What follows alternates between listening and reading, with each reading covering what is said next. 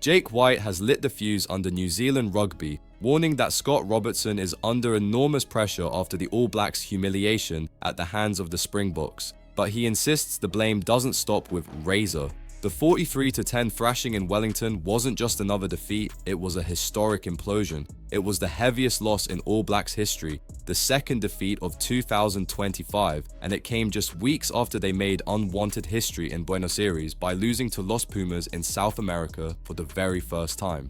Robertson, the Crusaders' messiah, has now presided over 6 defeats in just over a year as head coach, a stat that White didn't hesitate to call out.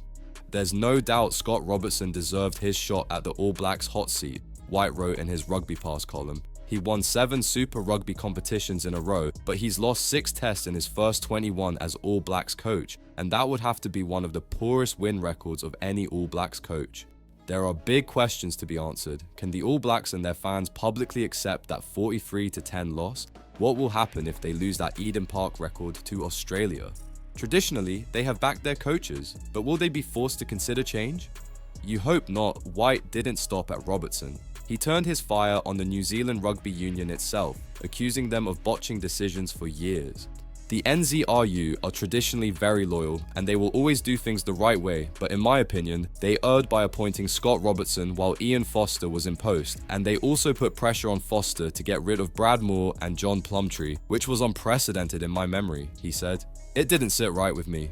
Why? Because when you apply for the All Blacks job, you have to put forward a detailed presentation of your philosophy and vision for how you can take the team forward, but you will also go into detail about your coaching staff, their backgrounds, and why they are the right fit for the job. Those contracts would have been signed off at the highest level. Recent events tell us they let Tony Brown slip through their fingers, and he's gone to their biggest rivals and improved them. The ironic thing is, now Kiwi fans are saying, how did we let him get away?